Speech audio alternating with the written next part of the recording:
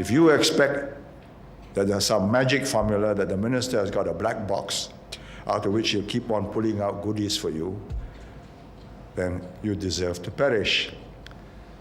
But if you understand that this has been put together very laboriously and painstakingly over the years,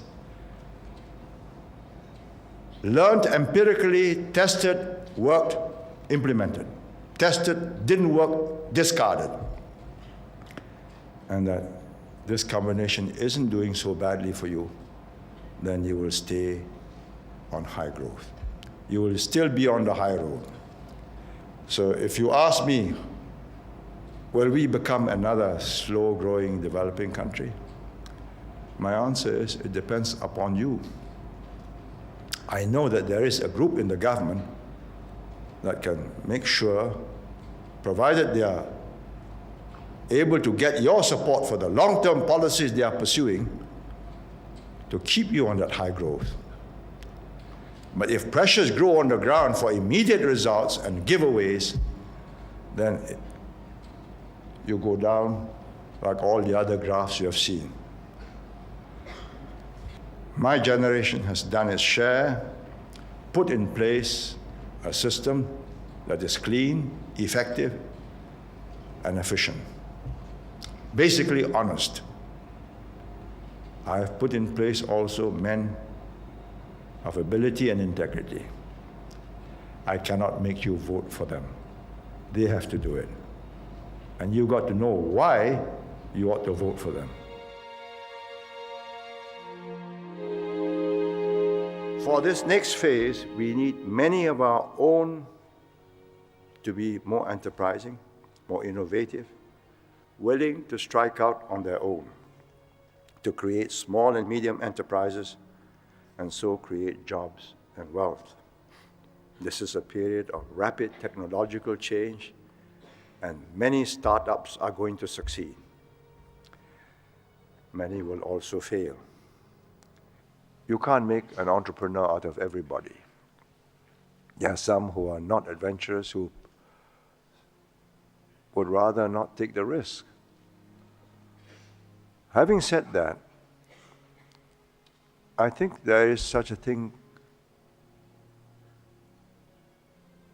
called social ambience, the kind of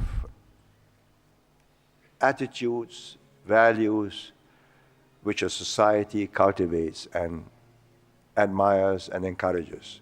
I'm in favor of changing the education system, trying to get people to think differently and to strike out differently.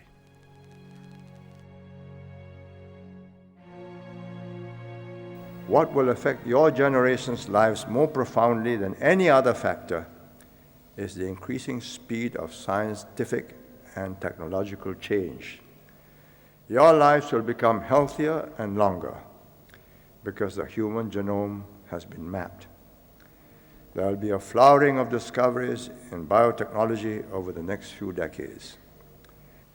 Without immigration, we'll be in very severe trouble. And if we depend only on Singapore talent, I say today's Singapore cannot be sustained. It's as simple as that. If we do not attract, welcome, and make talent feel comfortable in Singapore, we will not be a global city. And if we are not a global city, we will not count for much. It's as simple as that.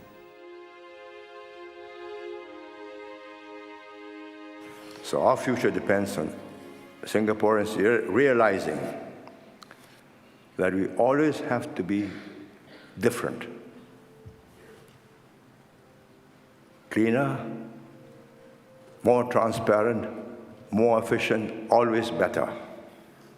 Then we can survive the competition against those with bigger girth, oil, gas, forests, rivers, whatever.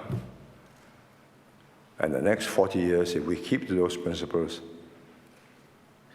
we should do as well as the last 40 years, provided we change each time the world changes.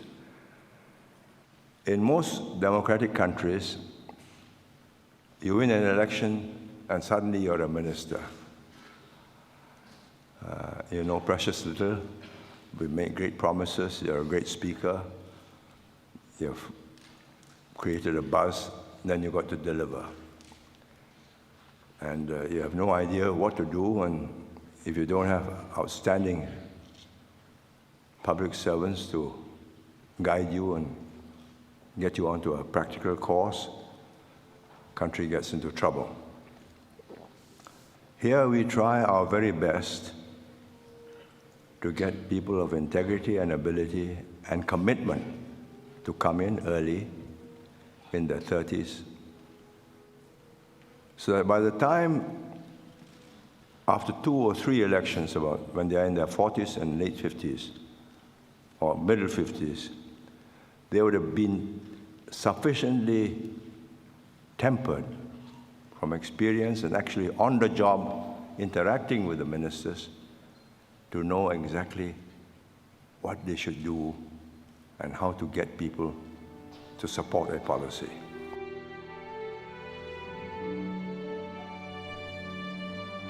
How old are you now? I'm 27 this year. You are? 27. Are you married?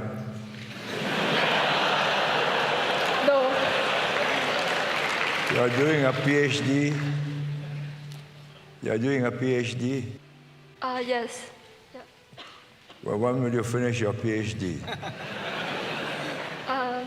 In another 2 years. So you'll be 29. Have you got a boyfriend?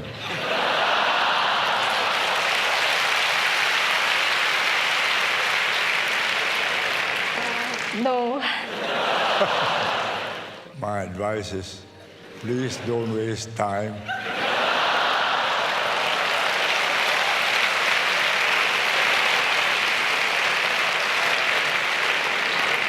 It's more important and more satisfying than your PhD. But good luck to you. I hope you get your PhD and your boyfriend. To maintain the kind of growth, the kind of uplift of not just the material well-being of the population, but also its cultural standards and its civilized way of living. My worry about the future is whether we'll have the same national solidarity, that same desire to increase educational levels, increase performance, and having the best people in the best jobs, or holding the most important jobs.